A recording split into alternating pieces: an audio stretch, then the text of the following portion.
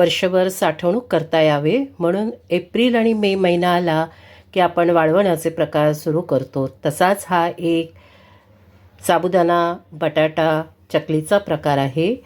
एरवी तर तो खाता येतोच, परंतु उपवासासाठी सुद्धा काही खास खावंसं वाटलं, तळून काही खावंसं वाटलं, खास करून जेव्हा पाऊस पडत असेल भरपूर किंवा थंडी भरपूर पडलेली असेल, अशा वेळी ही साबुदाणा बटाटा चकली मनाला आनंद देऊन जातात. नमस्कार, मी सीमा सावंत.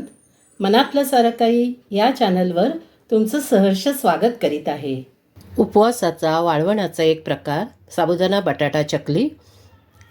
खायला तर अगदी मजेशीर तर आहेतच, अगदी इकडून करत खाण्यासाठी तर ती छानच आहेत.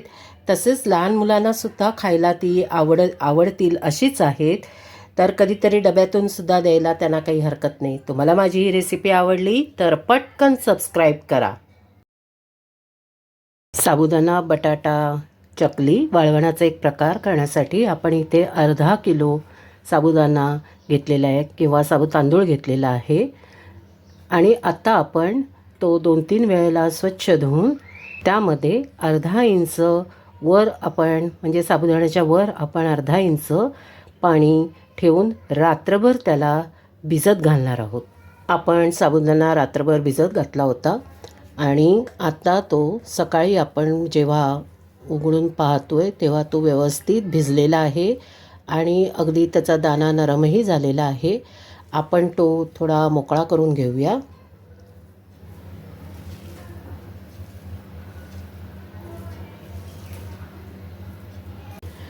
साबुदाणा छान पाण्यात भिजलेला आहे आणि वर फुलूनही आलेला आहे.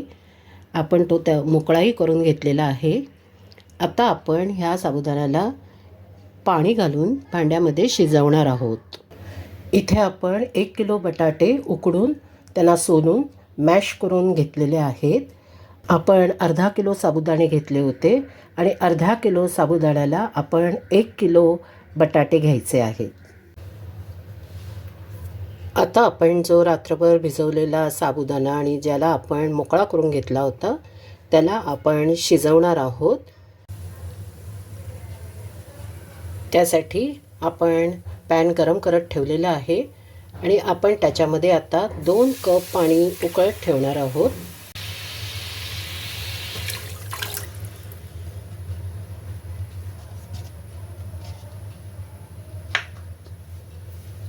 आपण सुरुवातीला 2 कप पाणी उकळायचं आहे आणि जर अजून पाणी लागलं तर नंतर घालायचं आहे. आपलं पाणी उकळलेलं आहे. आपण त्यामध्ये साबुदाणा टाकूया.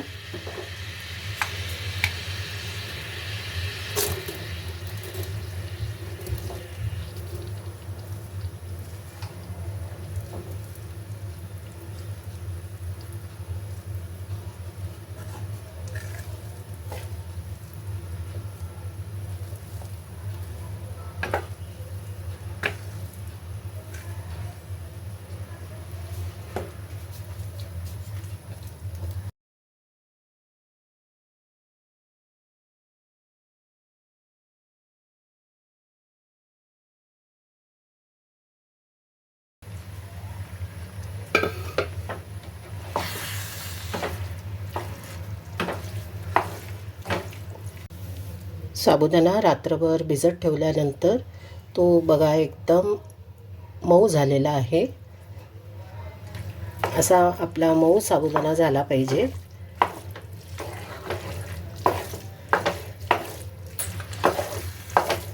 साबुदाणा सतत हलवत राहायचा आहे.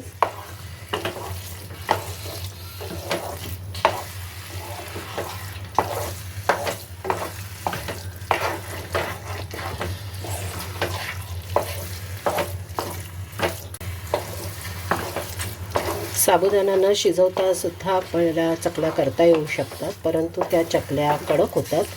म्हणून शक्यतो साबुदाणा शिजवून घ्यावा. जसजसा साबुदाणा शिजत जाईल तसतसा तो आकारही बदलेल आणि थोडा पारदर्शकसुद्धा होईल आणि त्याचा लगदा होईल. तोपर्यंत आपल्याला तो शिजवायचा आहे.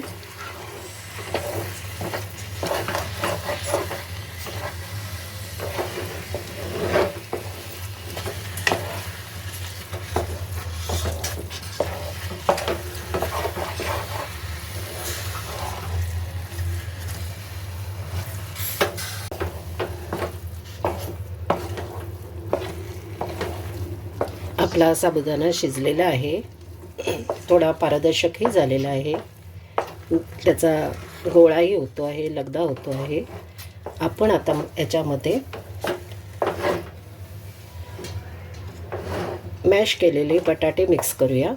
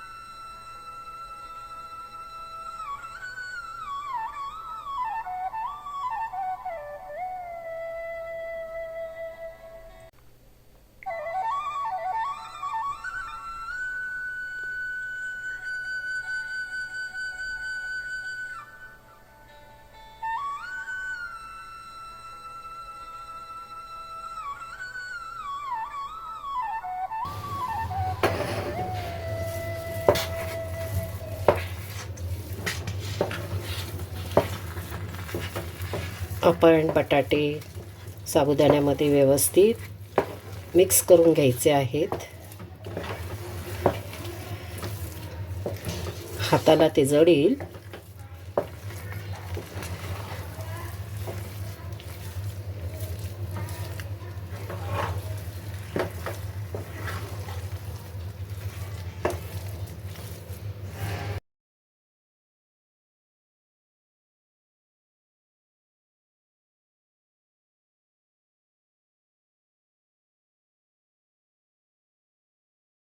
आता आपण यामध्ये 1 चमचा जिरं टाकायचं आहे.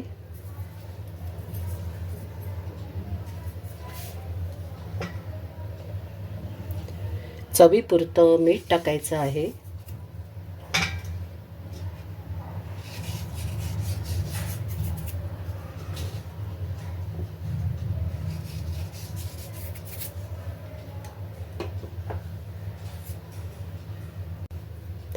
आणि 1 चमचा भरून लाल तिखट किंवा लाल मिरची पावडर टाकायची आहे. सर्व मिश्रण व्यवस्थित ढवळून घ्यायचं आहे.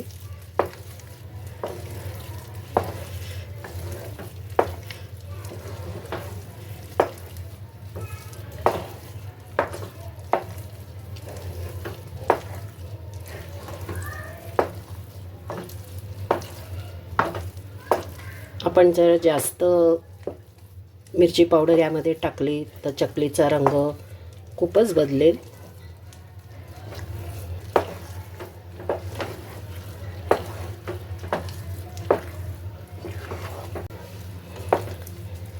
आपलं परफेक्ट मिश्रण झालेलं आहे.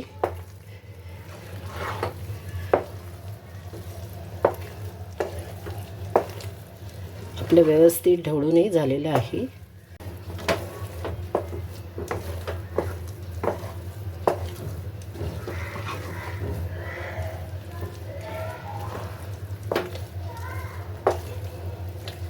आपण हे मिश्रण एकदम स्लो गॅसवर ढवळत आहोत.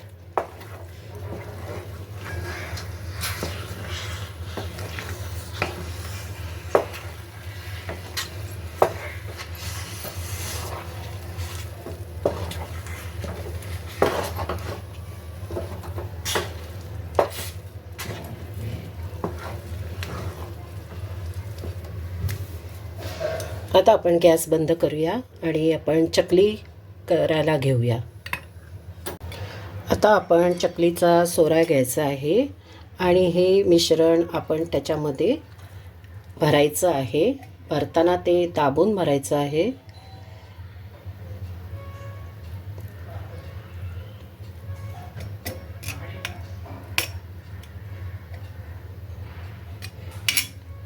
दाबून याच्यासाठी भरायचं आहे की नाहीतर चकलीचे तुकडे पडू शकतात.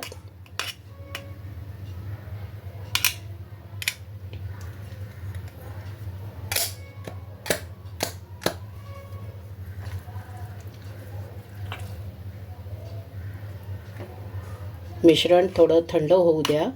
गरम जर मिश्रण भरलं तर चटके बसण्याचा संभव आहे.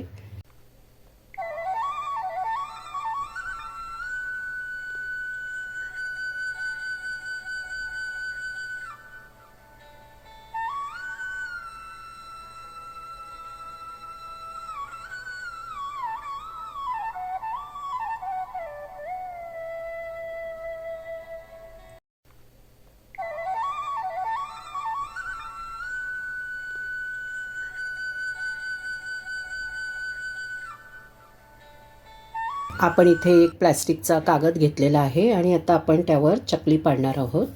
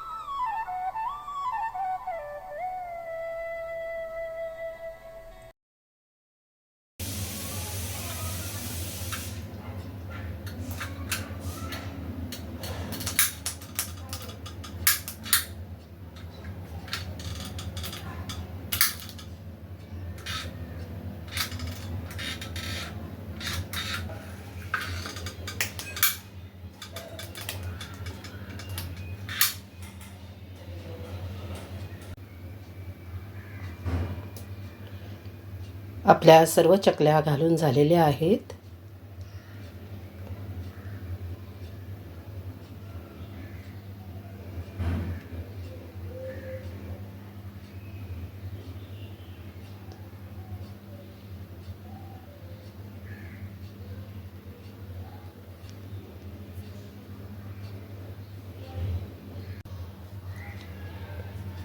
आपली साबुदाणा बटाटा चकली किंबहुना उपवासाची सुद्धा आपण याला चकली म्हणू शकतो.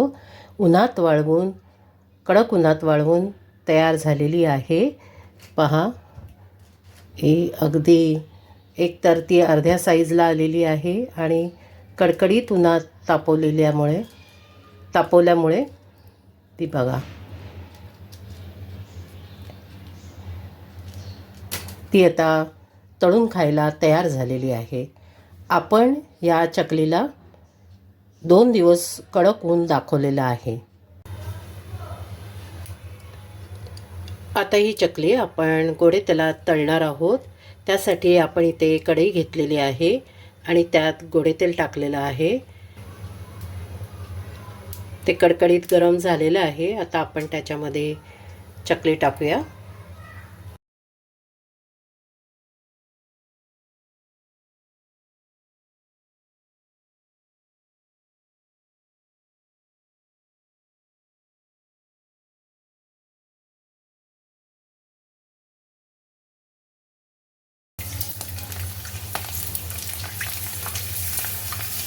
बघा किती छान फुलली आहे.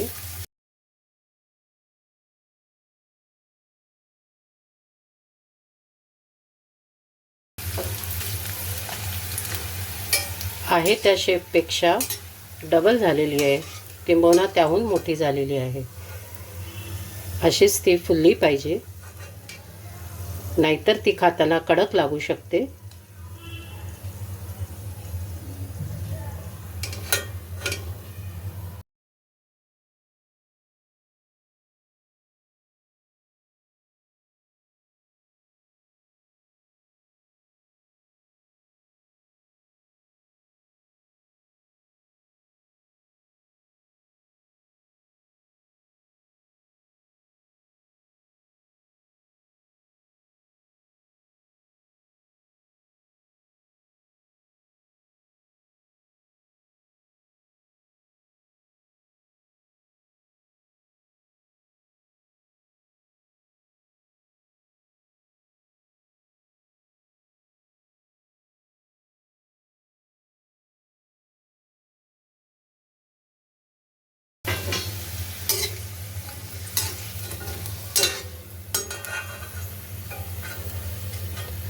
आपल्याला ती तळायला काही जास्त वेळ लागत नाही.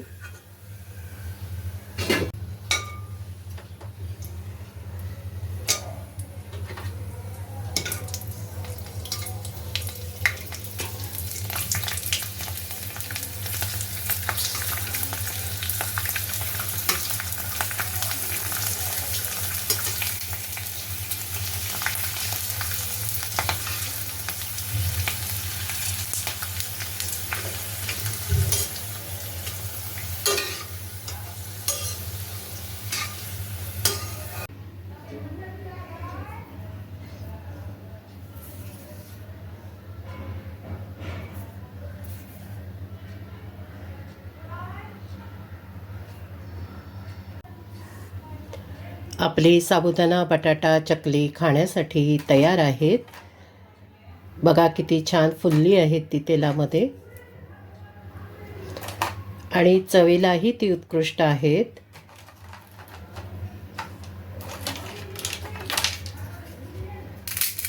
तसेच ती बघा इतकी कुरकुरीत आहेत. आवाजावरूनच तुम्हाला कळत असेल. तुम्हाला माझी रेसिपी आवडली तर नक्की लाईक शेअर सबस्क्राईब करा, कमेंटही करा.